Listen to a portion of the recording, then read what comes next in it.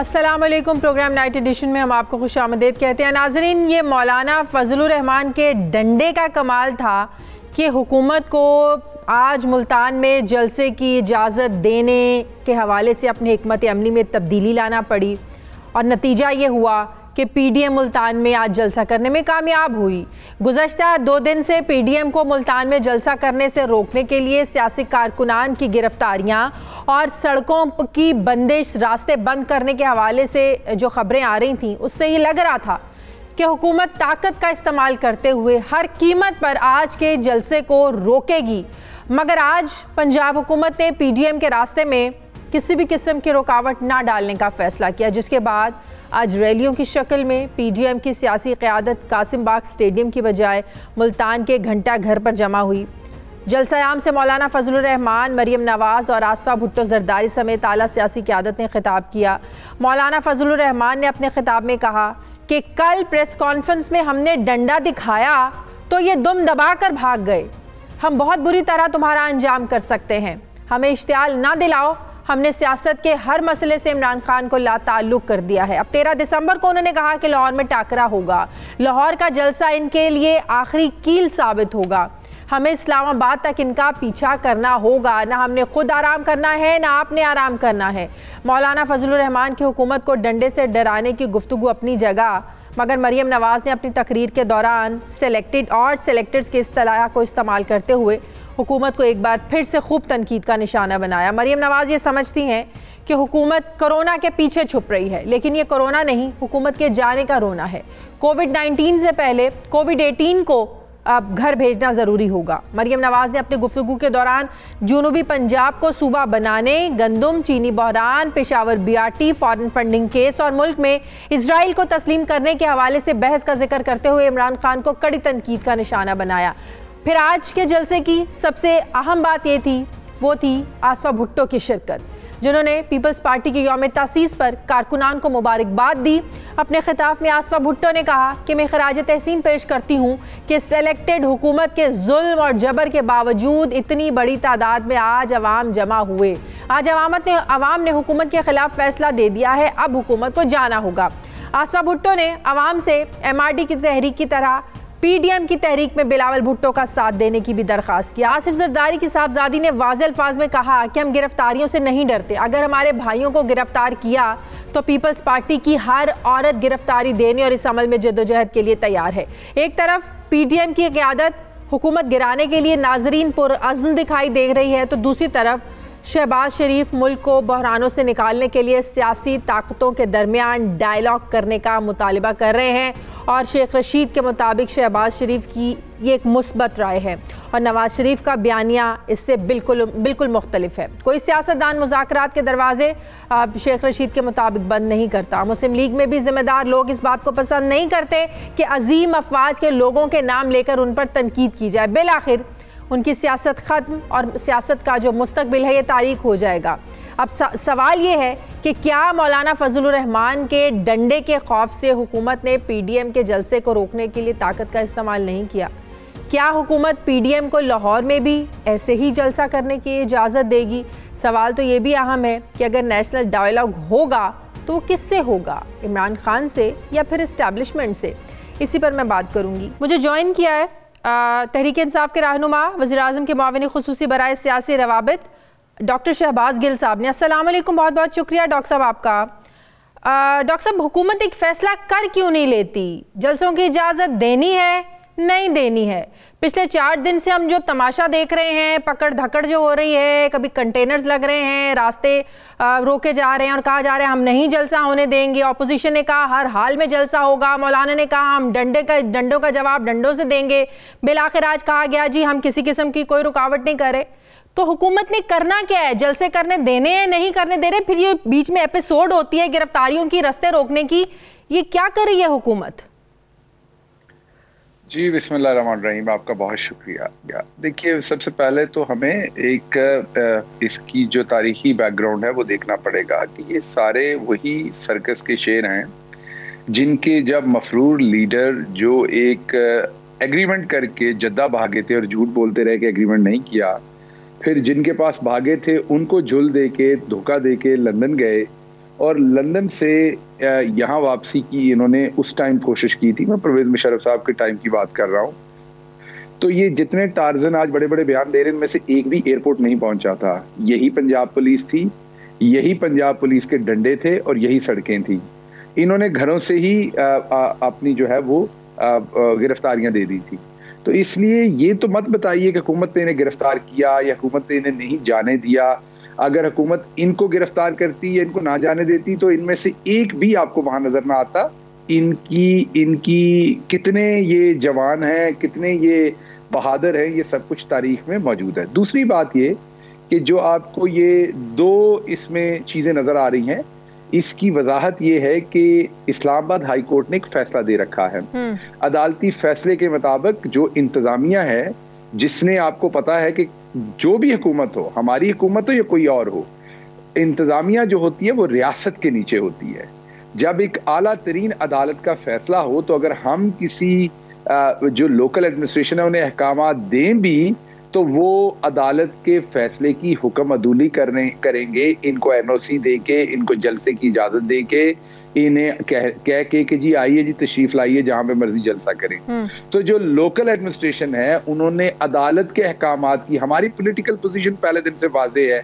आप इनका कोई एक मेन बंदा बता दीजिए जो हमने गिरफ्तार किया हो। एक, मैं जस्ट आपको एक की एग्जांपल दे रहा हूं। अगर वो यूसुफ रजा गिलानी का छोटा बेटा जो है वो गिरफ्तार हुआ तो वो पहली बात तो इनका मेन लीडर नहीं है। दूसरी बात ये नहीं है मेन लीडर को गिरफ्तार किया या नहीं किया। बात ये है कि पहले आप लोग कहते हैं जलसे नहीं करने देंगे, बाद में उनको जलसे करने की इजाजत मिलती है। नहीं शाज़े, देखिए मैंने आपकी खिदमत में पहले भी अर्ज की कि अगर तो हुकूमत का ये ख्याल हो कि इनकी गिरफ्तारी करनी है तो मैंने आपसे कोई एक नाम पूछा, और अगर पूछा भी जाए तो आपको याद होगा इसी मुल्क में होता था ना कि इमरान खान साहब को गिरफ्तार किया गया और मियां वाली जेल भेज दिया गया। तो ये जो गिलानी साहब हैं, वो मेरा ख्याल है कि उनको आधे घंटे में किसी और ठीक है। देखें एक तो अपोजिशन खिलाफ वर्जी कर रही है। बात सुन लीजिएगा ना जी, बात सुन लीजिएगा। मैं ये बात कह रहा हूँ कि आपके सामने एक भी शख्स को ऐसे गिरफ्तार नहीं किया गया, एक भी, छोटे लीडर को, बड़े लीडर को, सबको आने दिया गया। सिर्फ मसला ये है कि इंतजामिया ने आला तरीन अदालत का ये फैसला कि लोगों की जिंदगियों से किसी को भी खेलने नहीं देना, 300 से ज्यादा लोगों को इकट्ठे नहीं करना, इंतजामिया को वो फैसला आइंदा भी इंप्लीमेंट करना पड़ना है। ये चीजें आपको आइंदा भी नजर आएंगी। हमें पॉलिटिकली इनसे कोई मसला नहीं क्या है। आइंदा नजर आएंगी? पहले रोक टोक होगी, पहले हुकूमत के दावे होंगे, बाद में जलसा होगा। आज भी इन्होंने चौक घंटाघर पे, या मुल्तान से किसी से पूछ लें, उस जगह पे मेडिसिन मार्केट है, उस जगह पे वैसे ही 1000-1500 बंदा इस टाइम पे होता है। अगर कोई 2000 बंदा वहां पर आज इन्होंने इकट्ठा करके एक रैली कर ली तो उसे बहुत सारे लोग कह रहे हैं तो आप लोगों को फर्क नहीं पड़ता। कोविड ने 10 लोगों की गैदरिंग से भी फैलना है, 200 की गैदरिंग से भी फैलना है, 1000 की गैदरिंग से भी फैलना है। मसला ये नहीं है जलसा कामयाब था या जलसा कामयाब नहीं था। मसला ये है कि अगर वहां पर 1000 लोगों की भी गैदरिंग हुई तो क्यों हुई? यही मैं आपकी खिदमत पे अर्ज कर रहा हूं कि देखिए जो अदालती दो बातें हैं ना, इसमें आपको देखना पड़ेगा। एज अ पॉलिटिकल पार्टी हम ये बिलीव करते हैं कि जलसा करना इनका हक है, ये जहां पे मर्जी जलसा करें, और हमें इनके जलसे, जलसियों या रैलियों से कोई मसला नहीं है। ये जहां पे मर्जी करें। आपने पेशावर में देखा, हमने इनको नहीं रोका, वहां पे 400 बंदा नहीं आया। आपने देखा मुल्तान में भी अगर इनके पास वाकई क्राउड होता तो कोई बाहर जगह भर लेते। ये आपने देखा उस घंटाघर चौक के इर्द कितने लोग आ सकते हैं टोटल। मैंने 5:15 की एक तस्वीर जो है वो अपने ट्विटर के ऊपर ट्वीट की, उसमें आप गिन लीजिए कितने लोग हैं टोटल, उसमें जगह कितनी है और लोग मतलब आप लाहौर में भी जलसा करने देंगे? मतलब आप इस्लामाबाद की तरफ मार्च करने देंगे? देखिए बात यह है कि हमारी हुकूमत की एक पॉलिसी है, जब तक ये कानून हाथ में नहीं लेते हम इनके खिलाफ कोई ऐसा कानून जो रियासत के खिलाफ है, ऐसा कानून है जिससे जब ये रियासत मुखालफ बयानियां देते हैं या कोई ऐसी बात करते हैं जो करते आए हैं। रही बात जो कोविड से रिलेटेड है, वो इंतजामिया बिल्कुल अदालतों के नीचे है। उस चीज में वो अदालत ने एक अहकामात दिए हुए हैं, उसकी पाबंदी इंतजामिया के ऊपर, मेरे ऊपर, आपके ऊपर, इनके ऊपर फर्ज है। अदालत के अहकामात ये हैं कि बीमारी मत फैलाएं। जब आप अपने घर की मंगनी जैसे कि उनकी मंगनी थी बिलावल जरदारी साहब की बहन की, वहां पर कोविड करा के आप आए। मरियम साहबा को ताजियत करने के लिए मरहूम काजी हुसैन अहमद साहब की साहबजादी गई, उन्होंने ताजियत नहीं ली कोविड की वजह से। ना ये गमी में शरीक होने दे रहे हैं लोगों को अपने घर की, ना खुशी में कोविड की वजह से। और बाहर लोगों को कहते हैं कि आए आके मरे। तो आप लोगों के अहकामात को कौन सीरियस लेगा? एक और बात, हुकूमत जो लोगों को डायरेक्शंस दे रही है, एनसीओसी की मीटिंग्स हो रही हैं, जो डॉक्टर्स कह रहे हैं, जो हुकूमत कह रही है, जो आप लोगों से अपील कर रहे हैं, आप लोगों की अपीलों को कौन संजीदा लेगा? ऑपोजिशन पर आप लोगों की चल नहीं रही है, वो लोग आपके रिट को चैलेंज कर रहे हैं, आम आदमी को क्या समझाएंगे आप? कुछ नहीं समझा सकते आप। देखिए बात यह है कि मैंने आपकी खिदमत में पहले भी अर्ज किया कि चलने को तो 2 सेकंड लगते हैं। वो तो मैंने आपको बता दिया कि ये कौन लोग हैं और किस तरह के लोग हैं। ये अभी घरों से फोन करके कहेंगे कि हमें गिरफ्तार कर ले, हमने बाहर नहीं आना। चल तो इतनी सख्ती है, वो 5 मिनट का काम है। और वो हिस्ट्री यहाँ यही पंजाब पुलिस है, यही ऑफिसर्स होते हैं, यही सड़कें होती हैं, यही डंडे होते हैं, यही ये शेर जवान होते हैं। वो तो आपको भी पता है। हुकूमत इमरान खान के नीचे इन चीजों पे बिलीव नहीं करती। इसलिए मैंने आपसे पूछा, एक बंदा भी इनका बताइए, एक बंदा भी जिसको गिरफ्तार किया हो, किसी और जिले में भेजा हो, जिसको गिरफ्तार करने की ये वजह हो कि वो जलसे में ना पहुंच सके, किसी को आते हुए रास्ते में से गिरफ्तार किया हो। अटक पुल मतलब कि लाहौर का जलसा आपने होने देना है, मतलब कि आपने उनको ऑक्सीजन दे दी है। आप लोग करें जलसा, छोटा करें बड़ा करें, आप लोगों ने जलसा होने देना है। शहबाज शरीफ ने देखिए हम बार बार इन्हें कहते हैं कि अदालती अहकामात पर अमल करें। बाकी अवाम बड़ी समझदार होती है जो ये करने की कोशिश कर रहे हैं। अवाम इनसे पूछ लें। एक तरफ कह रहे हैं कि शहबाज शरीफ को 15 दिन की पैरोल दें, उन्होंने घर में बैठ के लोगों से ताजियत लेनी है, और दूसरी तरफ ये जो बीबी जो गलीज जबान इस्तेमाल करती हैं, ये अगले दिन ही दादी को भी दफनाया नहीं है और अगले दिन ये जलसे निकल पड़ी हैं, तो इन्होंने ताजियत नहीं लेनी। ये मुबर्रा इन चीजों से, ये मुनाफिक लोग हैं। ये मौत पे भी मुनाफिकत सियासत करते हैं, कोरोना पे भी सियासत करते हैं। एक दूसरे के बड़ों के नाम पे सियासत नहीं होनी चाहिए, ना ही ऐसे अल्फाज इस्तेमाल करने चाहिए, ना हुकूमत की तरफ से, ना ऑपोजिशन की तरफ से। शहबाज शरीफ साहब ने जो नेशनल डायलॉग की बात की है, सियासी कुव्वतों के दरमियान डायलॉग की बात की है, क्या हुकूमत इस बारे में सोच सकती है, या हालात को नहज पर पहुंचाकर ऐसी नौबत आएगी कि ऑपोजिशन को इस्टेब्लिशमेंट से ही बात करनी पड़ेगी? अच्छा, एक वो आप जोक सुनते रहे हैं बचपन से, आपको भी हंसी आ जाती है, आप बेशक कभी टेलीविजन पे ना हंसे लेकिन आती होगी, जब इस तरह के अल्फाज सुने जाते हैं, मुल्की वसी तर मुल्की मफाद। ये क्या होता है वसी तर मुल्की मफाद? ये नेशनल डायलॉग, ये क्या होता है?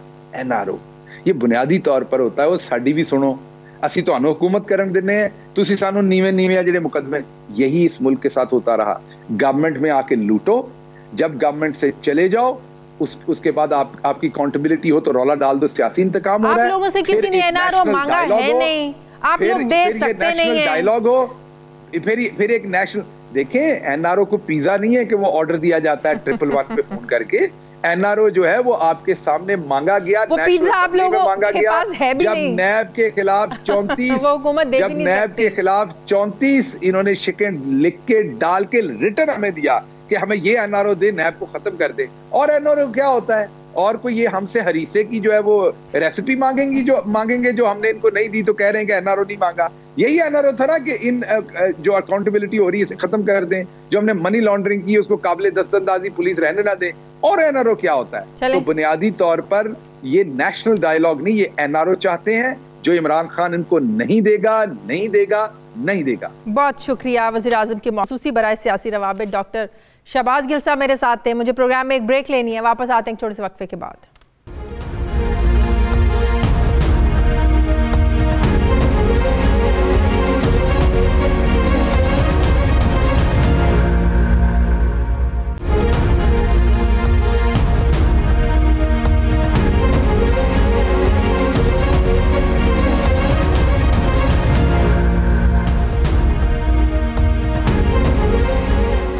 ब्रेक के बाद एक बार फिर से आपको खुशामदीद कहते हैं। मुस्लिम लीग नून के रहनुमा मलिक अहमद खान साहब ने मुझे ज्वाइन किया। अस्सलाम वालेकुम, बहुत बहुत शुक्रिया मलिक साहब आपका। मलिक साहब, आप लोगों को तो पंजाब हुकूमत का शुक्रगुजार होना चाहिए, उनका थैंक यू बोलना चाहिए।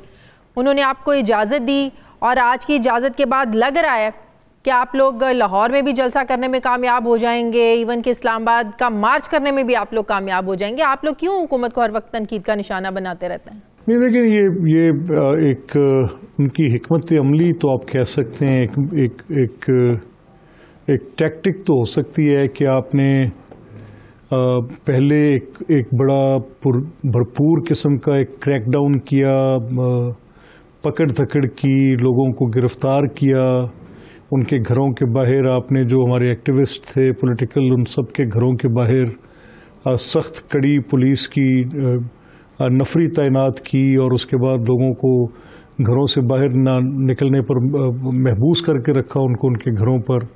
जो थोड़े बहुत बाहर निकलने की कोशिश जिन्होंने की उनको आपने पकड़कर थानों में भरा, आपने एडिशनल आपने स्पेस क्रिएट की लोगों को पकड़ के बिठाने के लिए। आपने जो हर किस्म की टैक्टिक होती है वो इस्तेमाल की, रास्ते बंद किए, आपने लोगों को अपनी पुलिस की बड़ी एक हैवी कंटिंजेंट के साथ आपने जो जलसे में शिरकत करने के लिए आने वाले लोग को रोकने की अपनी जो कोई भी हिकमत अमली हो सकती थी वो इख्तियार की। तो फिर अचानक क्या हुआ? मौलाना के डंडे से तो नहीं डर गई हुकूमत? नहीं, देखिए ये बेसिकली जो इन्होंने जब ये फील किया कि अब टाइम इतना नज़दीक आ गया है कि अब जो अगर हम इसको इजाज़त देते भी हैं तो मैक्सिमम जो नंबर यहाँ तक पुल ऑन हो सकेगा, या जो एक अपरेंटली इजाज़त दे देते हैं लेकिन फिर भी बैरियर्स किए रखते हैं, फिर भी कंटेनर्स इतनी जल्दी अब इजाज़त दी है तो चलें कंटेनर्स के रिमूवल में कुछ टाइम लगेगा और उसको हटाने में वक्त लगेगा। तो ये सारी बातें करने के लिए उनको वो actually it was well thought of कि किस वक्त हम क्या बात करेंगे और कैसे सिलसिला होगा। तो ये इसका मामला था, इसमें कोई इजाज़त नहीं दी उन्होंने। दे पास्ड दैट टाइम, दे इजाज़त ना भी देते तो आप लोगों ने कौन सा मान जाना था? जलसा तो आप लोगों ने करना था, आप लोगों के लिए तो इम्पोर्टेंस है नहीं इजाज़त मिल रही है नहीं मिल रही है। नहीं, देखिए जलसों की इजाज़त नहीं होती, ये तो मैं इनके खिलाफ डिमॉन्स्ट्रेट कर रहा हूँ ना। मैं ये कह रहा हूँ कि ये हुकूमत जो है इस मुल्क के लिए दुरुस्त नहीं है, ये हुकूमत की सिमत दुरुस्त नहीं है, ये हुकूमत की मुआशी सिमत दुरुस्त नहीं है, इस हुकूमत का गवर्नेंस का तरीका दुरुस्त नहीं है। लोगों का एक जो 11 जमातें इकट्ठी हो रही हैं एक जगह पर, एक स्टेज पर, तो लोगों का जो एक जम्मे गफीर होना चाहिए आप लोगों के जलसों में, क्या वजह है उसकी? कोविड की वजह से नहीं आ रहे हैं या लोग आपके बयानिए से थक गए हैं? क्या वजह है? नहीं, ये तासुर दुरुस्त नहीं है। देखें ना, जब आपने ये फ्रीली करने दिया तो आप देखें गुजरांवाला बहुत सक्सेसफुल था, बहुत ज़्यादा लोग थे वहाँ पर। तो मैं समझता हूँ कि वहाँ पे हमारी जो वो ग्राउंड थी या जो हमने इंतज़ाम किया था, जितने लोग अंदर थे उससे ज़्यादा बाहर थे और लोग आ जा रहे थे। और फिर वो एक रैलिंग के प्रोसेस में फंस गया जलसे से हटके भी। लेकिन throughout from Lahore to Gujranwala जहाँ से मैं गुजर के गया था तो यही कैफियत थी। फिर Karachi obviously we were not there, लेकिन हमने देखा कराची एक बड़ा भरपूर शो था, बहुत बड़ा शो था। इसी तरह से अभी क्योंकि पेशावर में और मुल्तान में इन्होंने एक बड़ा विजिबल क्रैकडाउन किया और उसके ऊपर लोगों को रोकने की कोशिश की। हाँ, अगर कुछ एक जो आम बात हो सकती है, को टेस्ट किया था। टेस्ट अगर ये था आज के हुकूमत कह रही थी कि हम जलसा नहीं करने देंगे और ऑपोजिशन कह रही थी तो करेंगे, तो ऑपोजिशन जीती, जलसा हुआ। आज नंबर्स मैटर नहीं करते थे, आज ये था कि जलसा होगा कि नहीं होगा या नहीं होगा। सही। तो 13 तारीख को लाहौर में जलसा होने जा रहा है, क्या आप लोगों की स्ट्रैटेजी होगी? आप समझते हैं कि फैसला कुन मरला होगा, उससे पहले हुकूमत घर चली जाएगी या इस्लामाबाद जाने की भी ज़रूरत पेश आएगी? देखिए शादी, मैं आपको एक बड़ी इंटरेस्टिंग आपके साथ डिटेल शेयर करने लगा। अब मेरी भी कॉन्स्टिट्यूंसी लाहौर डिवीज़न में है, कसूर में है। तो मैंने अपने कुछ साथियों से रब्ता किया कि हमने जलसे के लिए तैयारी करनी है, तो हमने वहाँ जाना है, तो लोगों से आप रब्ता करें और उनको बताएं। तो मैंने जिनसे नहीं किया था वो मुझसे उन्होंने शिकवा किया कि आपने हमें क्यों नहीं कहा, हम तो खुद इसमें बड़ा भरपूर शिरकत करना चाह रहे हैं, ज़्यादा से ज़्यादा शिरकत करना चाह रहे हैं।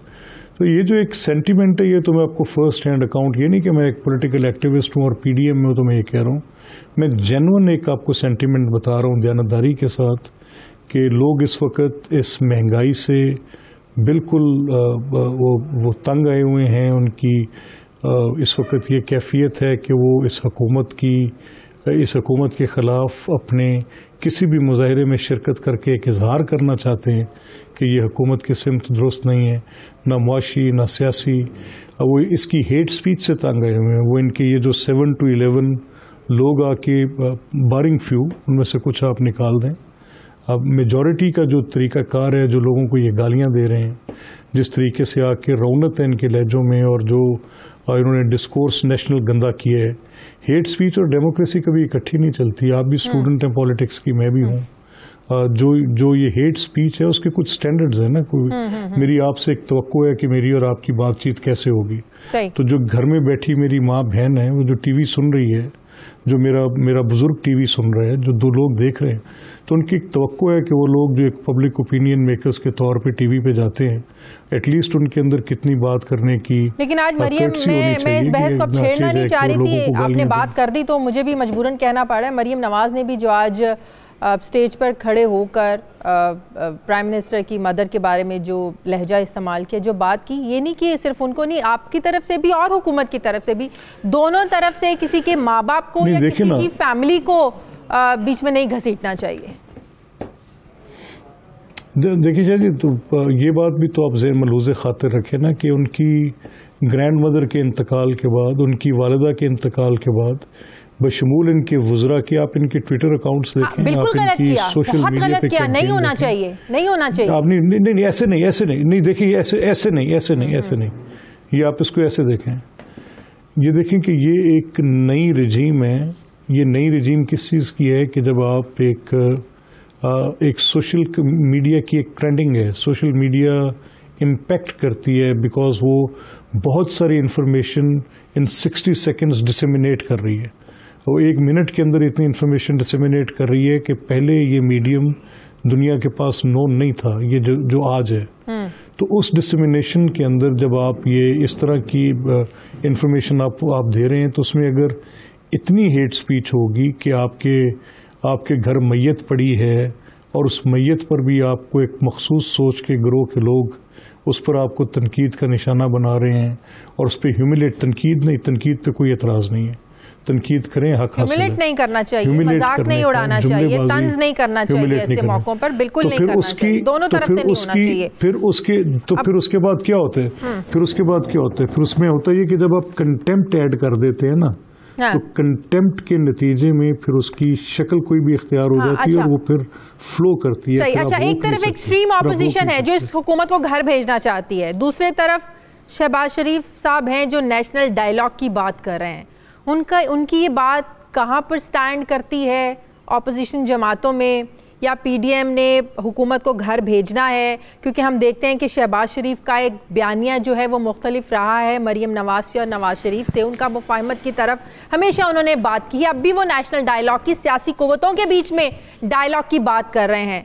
तो क्या इस बात का कितना इम्कान है कि इस्लामाबाद जाने से पहले ये डायलॉग हो सके, ये बातचीत हो सके, या मामला कहीं और जाएंगे? अच्छा देखिए, मैं ये समझता हूँ कि जब आप मसाइल की निशानदेही करते हैं, जब आप बताते हैं कि कौन सी जगह पर आईनी हदूद पार हो रही हैं, तो फिर डायलॉग के सिवा आपके पास रास्ता क्या रहता है? आपने निशानदेही तो कर दी, अच्छा किया। सारी पॉलिटिकल पार्टीज़ अपने एतराज़ात बशमूल मेरी जमात के, हमें एतराज़ है कि इस वक्त इलेक्शंस ठीक नहीं हुए, हमें एतराज़ है कि लोगों ने अपनी आईनी हदूद से बाहर निकल के असरअंदाज हुए हैं, हमें एतराज़ है। हमें तो बाज़ औक़ात हम ये कहते हैं कि कुछ जजमेंट्स ऐसी हैं जो कि बिल्कुल ही केसेस ऑफ फर्स्ट इम्प्रेशन और पिछली पूरी जुरिस्डिक्शंस को ख़त्म करने के मुतल्लिक बन गए। हम इंस्टीट्यूशंस के किरदार पे शक आ जाते हैं, हम उस पर बात करते हैं। तो जब हम इस तरह की बात कहते हैं तो फिर हम ये क्योंकि आज का मुआशरा, आज की community is build upon words, constitutions regulate करते हैं आपके पूरे निज़ाम को। तो जब आपने अल्फाज पे तरतीब दिया गया एक मुआशरा तश्कील करना है, तो फिर उसके लिए डायलॉग जरूरी है, जहाँ पर आप समझें कि किसके साथ, सियासी कुव्वतों के बीच में, या जो मरीम नवाज या दूसरे कुछ लोग हैं जो बात करते हैं एस्टैब्लिशमेंट की तरफ इशारा करते हैं, डायलॉग किसके बीच में होने चाहिए? नहीं देखिए, ये तो जितने भी स्टेक होल्डर्स हैं, जिसमें इवन पार्लियामेंट की सुप्रीमेसी क्या है, पार्लियामेंट की सुप्रीमेसी बुनियादी तौर पे उसकी वो अथॉरिटी है to check upon all the organs in state कि जो रियासत के अंदर काम करते हैं, चाहे वो एहतसाब के मुतल्लिक हों, चाहे वो सिक्योरिटी के मुतल्लिक हों, चाहे वो इंसाफ के मुतल्लिक हों।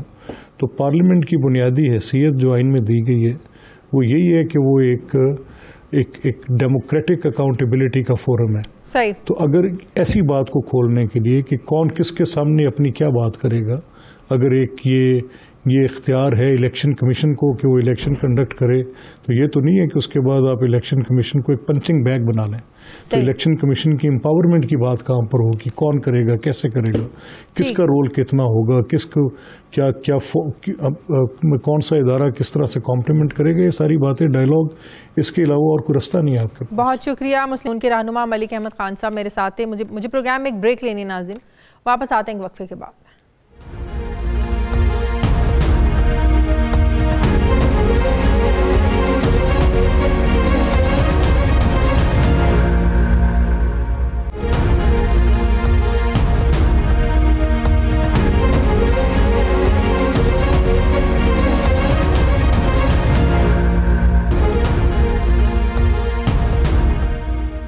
ब्रेक के बाद एक बार फिर से आपको खुशामदीद कहते हैं। सीनियर सहाफ़ी तज्ज़ियाकार सुहेल वड़ाइद साहब ने मुझे ज्वाइन किया। अस्सलाम वालेकुम, बहुत बहुत शुक्रिया सुहेल वड़ाइद साहब आपका। सुहेल वड़ाइद साहब, आज का मुल्तान में पीडीएम का जलसा इसलिए मुख्तलिफ था और कहा जा सकता है क्योंकि एक तहरीक में एक स्टेज पर दो साबिक वज़ीर आज़म की बेटियां इकट्ठी नज़र आईं, दोनों ने तकारीर की।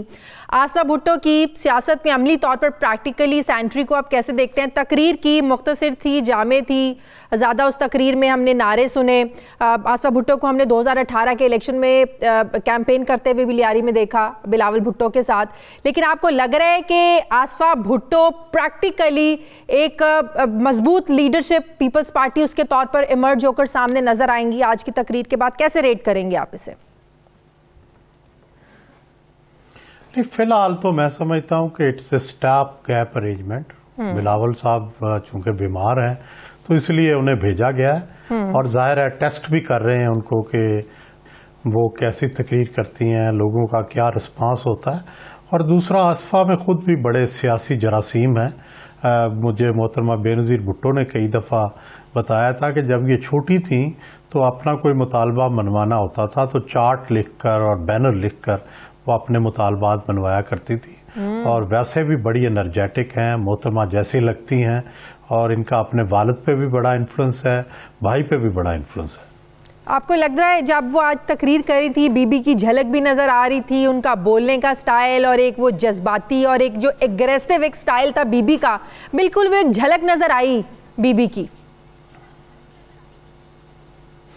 जी जाहिर है तीनों जो बच्चे हैं तीनों में मोहतरमा की झलक है। बख्तावर तो बिल्कुल मोहतरमा जैसी लगती हैं। बिलावल भी तकरीर करते हैं तो कोई कभी कभी झलक आती है और आसफा तो बहुत मिलती हैं। हाँ। और उनकी बिल्कुल ऐसे लग रहा था कि जैसे मोहतरमा दोबारा जिंदा हो गई। बिल्कुल। अच्छा सुहेल साहब, ऑपोजिशन ने कहा जलसा होगा, जरूर होगा, हुकूमत ने कहा हम नहीं करने देंगे। खास तौर पर कोविड के कॉन्टेक्स्ट में हुकूमत ने बड़ा जोर लगाया। पिछले 2 दिन से हमने देखा जो पकड़ धक्कड़ हो रही थी, जो गिरफ्तारियां हो रही थी, जो रास्ते रोके जा रहे थे, एकदम से आपको क्या लगता है कि हुकूमत ने अपनी स्ट्रैटेजी को क्यों बदला? और हमें पता चला कि हुकूमत ने कहा है कि किसी किस्म की रुकावट पैदा नहीं की जाएगी, जिसकी वजह से आज ऑपोजिशन जलसा करने में कामयाब हुई। हुकूमत डर गई कोविड को देख के? आपको नहीं लगता हुकूमत के रिट पर सवाल हो रहे हैं, होने भी चाहिए? क्यों हुकूमत ने इजाजत दी जलसा करने की? मेरा यह ख्याल है कि हुकूमत की स्ट्रेटजी में कोई तब्दीली नहीं आई। हुकूमत पहले ही ये चाहती थी, गुजरांवाला में भी उन्होंने ऐसे ही किया कि पहले रुकावटें डाली, आखिरी वक्त पे इजाजत दे दी। वो चाहते थे जलसा बड़ा ना हो, लोगों में एक खौफ रहे, जो आम बंदा जाता है वो ना जाए, सिर्फ वर्कर जाए जो कि लड़ झगड़ कर जलसागाह में पहुंचता है। चुनाचे यही हुआ कि वो एक खौफ व हरास की फ़ज़ा उन्होंने कायम की। दूसरी तरफ पीडीएम मैं समझता हूँ कामयाब रही क्योंकि उन्होंने जलसा करके दिखाया और हर तरह की रुकावटों को अबूर करके बिल आखिर ये साबित किया कि भाई अपोजिशन के अंदर जान है, अगर उनको रोका भी जाए तो वो मज़ामती सियासत करके अपना सिक्का जो है वो जमा सकते हैं। लोगों को खौफ व हिरास किसका था? हुकूमत का, पकड़ धक्कड़ का, या फिर कोविड का? मेरा ख्याल है पकड़ धक्कड़ का खौफ और आंसू गैस, लड़ाई झगड़ा, गिरफ्तारियां, ये सारा कुछ हुआ है। 3 दिन से हम देख रहे थे कि वहां मैदान जंग बना हुआ था। तो आपको लग रहा है कि लाहौर में भी ये पीडीएम एक कामयाब जलसा कर पाएगी और ये हुकूमत के लिए चैलेंज बन सकता है, और फिर आखिरी इनका पड़ाव जो है, जो इनका आखिरी जो कह लें फाइनल एक मंजिल है, वो है इस्लामाबाद, वहाँ तक भी अपोजिशन पहुँचने में कामयाब होगी जिसको वो लॉन्ग मार्च की शक्ल देना चाहते हैं? मेरा ख्याल है कि ये हुकूमत कोशिश करेगी कि मुल्तान वाला मॉडल जो है वो लाहौर भी इम्प्लीमेंट करे, पकड़ दकड़ करे, खौफ व हरास फैलाए ताकि ज़्यादा क्राउड जमा ना हो। लेकिन दूसरी तरफ मैंने सुना है कि मुस्लिम लीग नून रैलियों की सियासत करेगी। वो उस दिन जलसे से पहले कई दिन पहले रैलियां शुरू कर देगी, और जाहिर है जब रैलियां होंगी तो उससे एक्टिविटी पैदा होगी, और रैलियों को रोकना और पकड़ धकड़ करने से डेफिनेटली शहर के अंदर कशीदगी पैदा होगी। तो मेरा ख्याल है कि हुकूमत को कशीदगी पैदा करने से रुक जाना चाहिए।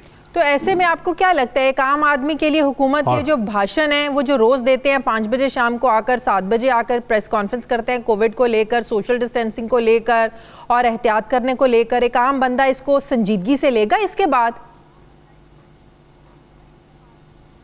मेरा ख्याल है कि हुकूमत को चाहिए कि डायलॉग करें, फर्ज करें, जैसे अभी आप फरमा रही हैं कि भाई अल्टीमेटली तो लॉन्ग मार्च होना है, इस्लामाबाद की तरफ जाना है। जिस दिन लॉन्ग मार्च का ऐलान हो गया उस दिन क्या करेंगे? फिर भी तो डायलॉग करना पड़ेगा।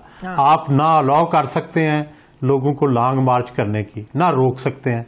रोक सकेंगे तो मुल्तान जैसी सूरत हाल हर शहर में होगी, और अगर नहीं रोकेंगे तो फिर जो धरना होगा इस्लामाबाद में, वो तो आप मौलाना खाज़म रिजवी का धरना नहीं रोक सकते थे, और तो आप 11 पार्टियों के धरने को कैसे रोकेंगे? तो उस वक्त भी डायलॉग करना पड़ेगा ना। तो बेहतर है दबाव से पहले डायलॉग करें, और वो अभी मौका है। डायलॉग किसके साथ? ऑपोजिशन का एक धड़ा डायलॉग करना चाहता है सियासी कुव्वतों के साथ। शहबाज शरीफ साहब ने कल जो बात की कि डायलॉग होना चाहिए, सियासी कुव्वतों के दरमियान डायलॉग होना चाहिए, लेकिन आप नवाज शरीफ और मरीम नवाज का बयानिया देख लें, जो जिससे साफ वाज़े लगता है कि अगर वो बात करना भी चाहते हैं तो सिर्फ इस्टेब्लिशमेंट के साथ बात करना चाहते हैं। अगर इमरान खान ये बात करते हैं, वज़ीर आज़म ये बात करते हैं कि कोई एनआरओ नहीं मिलेगा, लेकिन अपोजिशन बात करना चाहती है इस्टेब्लिशमेंट के पास, और एनआरओ कौन दे सकता है कौन नहीं दे सकता ये आप भी जानते हैं, ये हम भी जानते हैं। तो भी डायलॉग किसके बीच में होगा? हुकूमत भी बात करने को तैयार नहीं ऑपोजिशन के साथ, ऑपोजिशन भी बात करने को तैयार नहीं हुकूमत के साथ। देखें, अगर तो लॉन्ग मार्च से पहले डायलॉग होगा तो सियासी कुव्वतों के दरमियान होगा। अगर डायलॉग के दरमियान या डायलॉग या लॉन्ग मार्च के बाद होगा तो फिर तीसरी कुव्वत और अपोजिशन के दरमियान डायलॉग होगा। और साफ बात है, बेहतर मुल्क के लिए यह है कि सियासी कुव्वतों के दरमियान हो। और जहाँ तक आपने बात है कि तैयार नहीं है, बात यह है कि कौन से कॉन्फिडेंस बिल्डिंग मेजर्स किए गए हैं। अयूब खान की राउंड टेबल कॉन्फ्रेंस हुई तो गिरफ्तार लोगों को रिहा किया गया, उनके मुकदमात जो थे उनको रिव्यू किया गया। जब कौमी इत्तेहाद और भुट्टो साहब के मुज़ाकरात हुए तो मुफ्ती महमूद, सरदार क़यूम और नवाबज़दा नसरुल्लाह को जेलों से निकाला गया। सवाल यह है कि अभी तक कोई एतमाद साजी का कोई एक कदम भी उठाया गया है? क्या कोई एजेंडा सामने आया है? किस पे मुज़ाकरात होंगे? क्या रियायत देंगे? क्यों अपोजिशन इनसे मुज़ाकरात करे? क्या शफाफ इलेक्शन की कोई वो रियायत को एनआरओ का नाम देते हैं जो नहीं देना चाहते, उनके नजदीक रियायत एनआरओ का दूसरा नाम है। नहीं, देखें, कोई भी अपोजिशन जो है वो कम से कम ये चाहती है कि निज़ाम में उसका स्टेक हो। हाँ। यानी अगली दफा जब इलेक्शन हो तो इस बात का इम्कान मौजूद हो कि वो भी जीत सकते हैं। अगर आप ये इम्कान नहीं देंगे तो सिस्टम के अंदर अपोजिशन का स्टेक खत्म हो जाता है। तो इसलिए जरूरी है कि मुज़ाकरात हों ताकि गवर्नमेंट और अपोजिशन दोनों की स्टेक हो निज़ाम के अंदर। तो आपको क्या लगता है ज्यादा चांसेस किस बात के हैं? डायलॉग की नौबत एस्टेब्लिशमेंट के साथ आएगी तब हुकूमत को जाकर कहीं होश आएगा, या पहले होश आ सकता है हालात को नहज पर पहुंचाने से पहले? मेरा यह ख्याल है कि लॉन्ग मार्च से पहले होश नहीं आएगा, और जाहिर है जब लॉन्ग मार्च होगा तो हुकूमत उस वक्त दबाव में होगी, और उस वक्त एस्टेब्लिशमेंट और फिर जो अपोजिशन है इसका डायलॉग होगा। ठीक है, बहुत बहुत शुक्रिया। सीनियर सहाफ़ी तज्ज़ियाकार सुहेल वड़ाइच साहब मेरे साथ थे। नाज़रीन, मुझे प्रोग्राम में एक ब्रेक लेनी है, वापस आते हैं एक छोटे से वक्फे के बाद।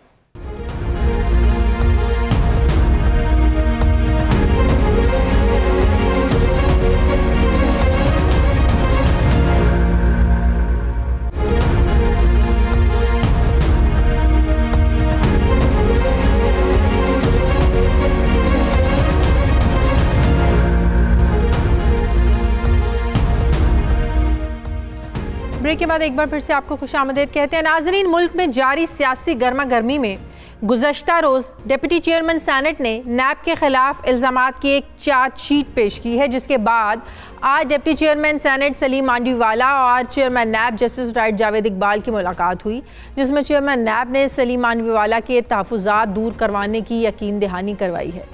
मुलाकात के बाद मीडिया से बात करते हुए सलीम मांडवीवाला का कहना था कि चेयरमैन नैब को मालूम होना चाहिए कि इनके लोग किस तरह लोगों को कमरों में बंद कर कर डराते हैं, धमकाते हैं और डरा धमका कर प्ली बार्गेन करवा रहे हैं। नैब के खिलाफ जद्दोजहद जारी रहेगी, तमाम अरकान साथ हैं। सेनेट का इजलास बुलाने के लिए उन्होंने कहा कि रिक्विजिशन जमा करवा रहे हैं। डिप्टी चेयरमैन सेनेट ने यह भी कहा कि चेयरमैन नैब को बताया है कि डीजी नैब ने मुल्क भर में दहशत फैला रखी है। वो कहता है कि मुझे चेयरमैन नैब भी नहीं हटा सकता। चेयरमैन नैब ने डिप्टी चेयरमैन सेनेट को हिरासत करने वाले अफसरान के खिलाफ कार्रवाई की यकीन दहानी भी कराई है, जबकि मीडिया रिपोर्ट्स के मुताबिक इस मुलाकात में चेयरमैन नैब ने कौमी एहतसाब ब्यूरो के खिलाफ जमा कराई गई तहरीक इस्तेहकाक वापस लेने की दरख्वास्त की। सलीम मांडवीवाला ने इनकी दरख्वास्त को मुस्तरद करते हुए कहा कि वो नैब के खिलाफ जमा करवाई गई जो तहरीक इस्तेहकाक है ये किसी सूरत वापस नहीं लेंगे। आपको ये भी बताएं नाजरीन कि deputy chairman senate Saleem Mandviwala ने गुज़श्ता रोज़ एक प्रेस कॉन्फ्रेंस की थी। प्रेस कॉन्फ्रेंस में उन्होंने ये दावा किया कि नैब कारोबारी अफराद पर प्ली बार्गेन के लिए दबाव डाल रहा है। नैब रावलपिंडी का टोला फौज का नाम लेकर मुल्क अहम इदारे की तौहीन कर रहा है। सलीम मांडवीवाला ने अपनी प्रेस कॉन्फ्रेंस में ये कहा कि मुझ पर बेनामी ट्रांजैक्शन का इल्ज़ाम है, हालांकि वो जो ट्रांजैक्शन है वो फौज के साथ थी, मेरी ट्रांजैक्शन मंगला कोर के साथ है। क्या इसका मतलब है कि मेरे साथ फौज ने भी जो है ना वो बेनामी ट्रांजैक्शन की है? लेकिन मुझे इस ट्रांजैक्शन पर फख्र है।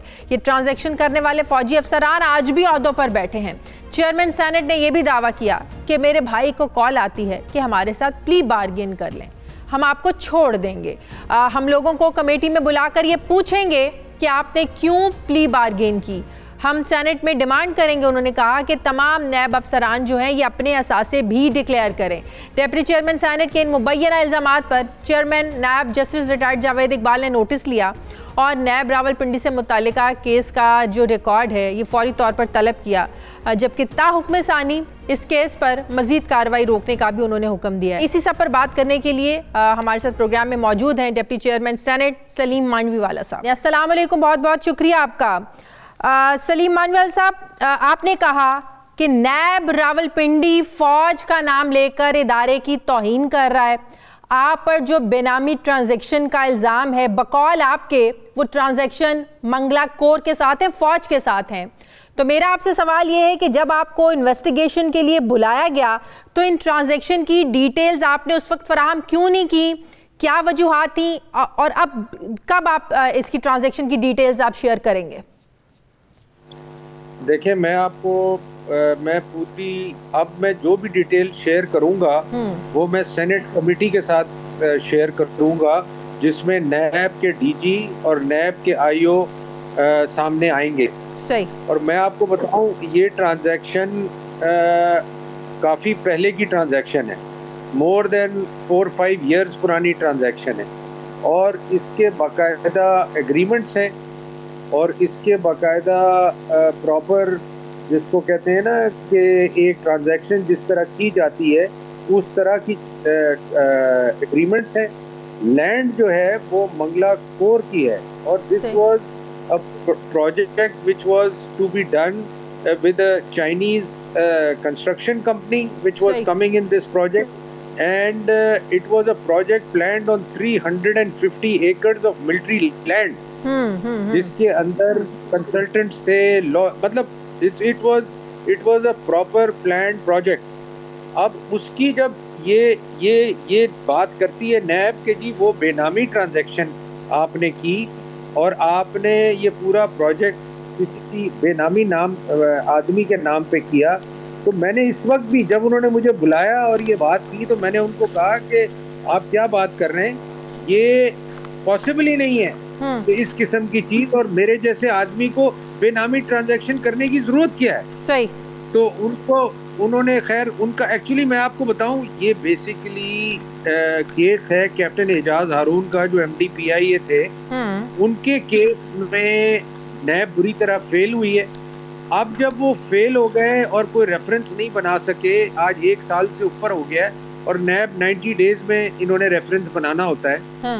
तो ये अब इनकी फ्रस्ट्रेशन बढ़ गई, तो इन्होंने सोचा कि हम किसी तरीके से सलीम साहब को इसमें घसीटें, सलीम साहब को खराब करें, सलीम साहब को इसमें इन्वॉल्व करें। अब इनको मतलब मैं ये कहूँगा कि इनको ये समझ नहीं आई कि ये क्या करने जा रहे हैं और किस तरीके से करने जा रहे हैं। और मैं आपको बताऊं, ये मेरे साथ आपको तो प्ली बार्गेन के लिए कहा गया, प्रेशर डाला गया आप पे भी प्ली बार्गेन के लिए? मेरे भाई पे डाला गया। अच्छा, मेरे क्या भाई कहा पे गया डाला उनसे गया। आपके भाई को? मुझे ये कहा गया कि आप कैप्टन एजाज हारून को कहें कि हमारे साथ प्ली बार्गेन करें। अच्छा, तो कैप्टन एजाज हारून को मैंने पूछा कि आप प्ली बार्गेन करना चाहते हैं? उसने कहा जी मैंने किया क्या है जो मैं प्ली बार्गेन करूं।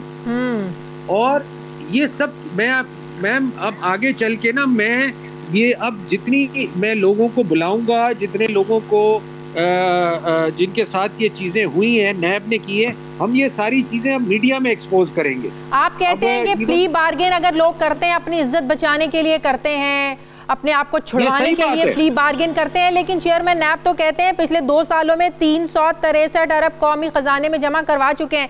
लेकिन प्ली बार्गेन तो तब कोई करता है ना, जैसे आपने भी कहा कि कैप्टन एजाज हारून ने कहा कि भाई मैं प्ली बार्गेन क्यों करूं, मैंने कुछ किया है। तो जो लोग प्ली बार्गेन कर चुके हैं, आप कैसे इस चीज को साबित करेंगे कि उनको प्रेशराइज किया गया तो उन्होंने जो प्ली बार्गेन किया? क्योंकि प्ली बार्गेन तो तब होता है जब आप उसको एक्सेप्ट कर लेते हैं कि आपने कोई जुर्म किया है। तो आप कैसे इस चीज को प्रूव करेंगे?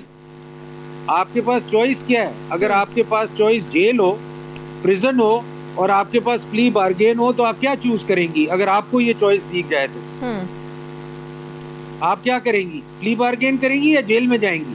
जाहिर है कोई भी ज़िशा और प्ली बार्गेन ही करेगा। वही तो मैं यही कहने की बात बता रहा हूँ ना आपको। और ये 313 अरब जो है, इसमें अगर नैब चेयरमैन से मैंने ये कहा कि आप मुझे ये बता दें कि इसमें कितने बिजनेसमैन हैं जिन्होंने पैसे दिए और कितने करप्शन के पैसे हैं, तो अगर आप किसी बिजनेसमैन को उठाएंगे और उसको आप कहेंगे कि जी आपके पास 2 चॉइसेस हैं, या आप प्ली बार्गेन करें, पैसे दे दें चुप करके, या हम आपको और एजाज हारून को जेल में डाला गया और एजाज हारून ने नैब की जेल काटी, उसके बाद वो गया आपके अडियाला जेल में, जुडिशियल कस्टडी में, वहां जाके उसकी फिर बेल हुई। तो मैं आपको ही बता रहा हूँ, आपके पास कोई चॉइस ही नहीं है। आप ये सारा मामला सेनेट में कब लेके आ रहे हैं? आपकी चेयरमैन नैब से भी मुलाकात हुई, उन्होंने कहा कि जो आप तहरीक लेके आ रहे हैं, तहरीक इस्तेहकाक, किसको आप वापस ले लें, आपने उसको मुस्तरद कर दिया। तो सेनेट में ये मामला कब लेके आ रहे हैं आप? जी हम रिक्विजिशन कर रहे हैं सेनेट का सेशन, और उसमें हम ये प्रिविलेज मोशन सबमिट करेंगे। और इस दफ़ा मैं चाहता हूं कि पूरा हाउस, पूरा सेनेट ये कहे कि ये प्रिविलेज मोशन एडमिट करें और इसके अगेंस्ट जो भी कार्रवाई करनी है वो की जाए, ताकि the whole senate of Pakistan is on board कि हमें अब आगे कैसे चलना है। तो आप कह रहे हैं कि नैब के जो लोग हैं, अफसरान हैं, उनके असासे भी सामने लेके आए जाएं? बिल्कुल, उसके लिए हम रेजोल्यूशन पास करेंगे। अच्छा। और वो रेजोल्यूशन में तैयार करवा रहा हूँ, जो कि मैं सेनेट में डालूंगा, और पूरी सेनेट मुझे उम्मीद है कि वो उसको एंडोर्स करेगी और वो रेजोल्यूशन पास होगा। And government will be obliged through that resolution कि सारे नैब के ऑफिसर असासे अपने अभी के नहीं, जब से इन्होंने नैब में नौकरी शुरू की है और अब तक अपने असासे ये डिक्लेयर करें। तो आप क्या समझते हैं बतौर डिप्टी चेयरमैन सेनेट, नैब कवानीन में किस तरह की तब्दीलियां होनी चाहिए? जो प्ली बार्गेन कानून जिसका आप कह रहे हैं कि इसका गलत इस्तेमाल किया जा रहा है, प्रेशराइज करके लोगों के साथ प्ली बार्गेन किया जा रहा है, कैसी तब्दीलियां हो सकती हैं? ना हुकूमत मान रही है, ना ऑपोजिशन मान रही है, दोनों तरफ से जो है ना अपने अपने पॉइंट सामने रखे जा रहे हैं, कोई भी इस पर इत्तेफाक राय करने को तैयार नहीं है। तो कैसे हो सकती हैं फिर इसमें तब्दीलियां इस कवानीन में? देखिए, इसमें तब्दीलियां इवेंचुअली होंगी, वो इसलिए नहीं हो पा रही कि कंसेंसस नहीं हो पा रहा। हाँ। मर्जी दोनों साइड की है। हाँ। गवर्नमेंट की भी मर्जी है और ऑपोजिशन की भी मर्जी है, मगर देयर इज नो कंसेंसस। मसला है कंसेंसस होने का, और वो इवेंचुअली होगा, क्योंकि पाकिस्तान की इकोनॉमी, पाकिस्तान का बिजनेस, पाकिस्तान के प्रोजेक्ट्स नहीं चल सकते। आपको मैं एक और बात बताऊं शॉकिंग जी, कि चाइनीज एम्बेसडर मेरे पास आया, चाइनीज एम्बेसडर ने आके मुझे कहा, सलीम साहब, we cannot do any project, any investment in Pakistan until NAB continues to investigate our project. अच्छा, अब आप मुझे ये बताएं कि एक मतलब जितनी चाइना की इन्वेस्टमेंट है, जितनी चाइना की लेंडिंग है पाकिस्तान को, इतनी किसी मुल्क की नहीं है इस वक्त। बिल्कुल बिल्कुल। और उसका सफीर आके मेरे दफ्तर में ये कह के जा रहा है। अच्छा, ये बात तो हम सब जानते हैं कि आर्मी चीफ ने भी ताजिरों को, कारोबारी तबके को, जब उनकी मुलाकात हुई थी, यकीन दहानी करवाई थी कि जो है ना वो नैब तंग नहीं करेगा, आप आज़ाद होकर अपना काम करें। ये बात तो आर्मी चीफ से भी हो चुकी है। आर्मी चीफ से हो चुकी है। प्राइम मिनिस्टर कितनी दफा बिजनेसमैनों को मिल चुके हैं। प्राइम मिनिस्टर स्टॉक एक्सचेंज में जाके बिजनेसमैनों को ये कह चुके हैं कि जी जो बिजनेसमैन वरिड हैं अबाउट नैब, हम उसको ठीक करेंगे। सही। उसके बावजूद नैब यहाँ से वहां नहीं होती, वो लगी हुई है। तो आपकी जो आज मुलाकात हुई, आप उससे सेटिस्फाइड नहीं हुए? नहीं, मैंने तो उनको कहा, मैंने कहा जी जब तक आप ये बंद नहीं करेंगे, हम अब सेनेट में जिस हद तक जाना है हम जाएंगे, हम रुकेंगे नहीं और ना हमें कोई रोक सकता है। आखिरी सवाल, इसका मतलब जो नैब जितने भी सियासतदानों पर केसेस चल रहे हैं या जो बेल पर हैं, बड़ी मिसाल हमारे सामने है, शहबाज शरीफ साहब हैं, हमजा शहबाज हैं, शाहिद खाकान अब्बासी, मैं किस किस के ऑपोजिशन में नाम लूँ, इसका मतलब ये है कि नैब तो अभी तक किसी केस में कुछ साबित नहीं कर पाया। आपको लगता है ये भी नैब सब गलत कर रहा है जो बात कर रही है ऑपोजिशन, सियासी इंतकामी कार्रवाइयाँ? देखिए, सियासी इंतकाम कार्रवाइयाँ एक और रुख है नैब का, कि नैब को इस्तेमाल किया जाता है सियासी उसके लिए। मगर मैं देखिए सियासी लोग तो वैसे ही they are always victim of NAB and NAB has always been. मैं तो कहता हूँ आप पहले प्रूव करें करप्शन हुई है। नैब का तरीकेकार क्या है? पहले आदमी को अरेस्ट करो, उसके बाद इन्वेस्टिगेशन शुरू करो। ये कहाँ का तरीका है भाई? जनाब, इसके लिए कवानीन में तब्दीली जरूरी है, जरूरी है। और ऐसी तब्दीली होनी चाहिए कि NAB should be very careful in arresting anybody, in proceeding against anybody, in taking any action against any citizen of Pakistan without proper proof and without proper evidence. सही। बहुत बहुत शुक्रिया। चेयरमैन सेनेट सलीम मानवीवाला मेरे साथ है, थैंक यू वेरी मच। नाज़रीन, हमारे programme का वक्त खत्म हो गया है। प्रोग्राम के लिए आप हमें फीडबैक ज़रूर दीजिएगा, अपना ख्याल रखिएगा। मुझे इजाज़त दीजिए, अल्लाह हाफिज़।